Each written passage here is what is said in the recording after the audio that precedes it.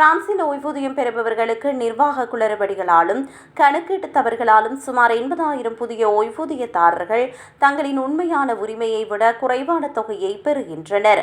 சிறிய ஆவண தவறுகள் கூட மாதாந்த ஓய்வூதிய தொகையை பாதிக்கின்றது. வேலை மாற்றங்கள், வேலையின்மை காலங்கள் மற்றும் வெளிநாட்டு பயணிகள் போன்ற காரணங்களால் தொழில் வரலாற்றை கண்காணிப்பதில் சிக்கல்கள் எழுகின்றன.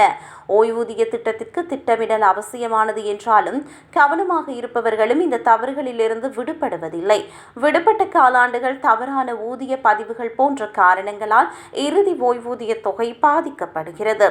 பிரான்சில் தணிக்கை துறையின் சமீபத்திய அறிக்கையின்படி 2025ஆம் ஆண்டில் புதிய ஓய்வூதிய பதிவுகளில் 9 குறைபாடுகளை கொண்டுள்ளது. இது முந்தைய ஆண்டை விட கூடுதலான எண்ணிக்கையாகும். தேசிய முதுமை வயது காப்பீட்டு நிதியம் சுமார் 1,06,000 ஓய்வூதிய கோப்புகளை தவறாக கணக்கிட்டுள்ளது. இதில் 75% குறைவான ஓய்வூதியத்தை பெற்றுள்ளனர் என்பது குறிப்பிடத்தக்கது. தகவல் தொடர்பு தொழில்நுட்ப கருவிகளின் வரம்புகள் மற்றும் அமைப்புகளுக்கு இடையேயான ஒருங்கிணைப்பின்மை போன்ற தொழில்நுட்ப காரணங்களே இந்த தவறுகளுக்கு முக்கிய காரணமாக கூறப்படுகின்றன. எதிர்கால ஓய்வூதியதாரர்கள் கடைசி நிமிடம் வரை காத்திருக்காமல் முன்கூட்டியே தங்களது பதிவுகளை சரிபார்க்க வேண்டும். பிழைகளை கண்டறிந்தால் மேன்முறையீட்டு வாரியத்தை அணுகி இழப்பை பெறலாம்.